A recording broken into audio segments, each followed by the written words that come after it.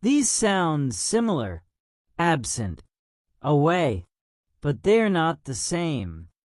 He is absent from work today. This sounds natural. He is away on vacation. This also sounds natural. So what is the difference? Absent is formal. It means you are not where you are expected to be. Absent from class. Absent from a meeting. Absent from work. It focuses on the situation.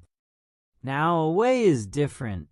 Away is more natural in everyday speech. It means you are somewhere else. Not here. Not available. He is away right now. She is away for a few days. So here is the key. Absent is formal and about obligation. Away is casual and about location. Same idea, different use. Use the wrong one, and it sounds off.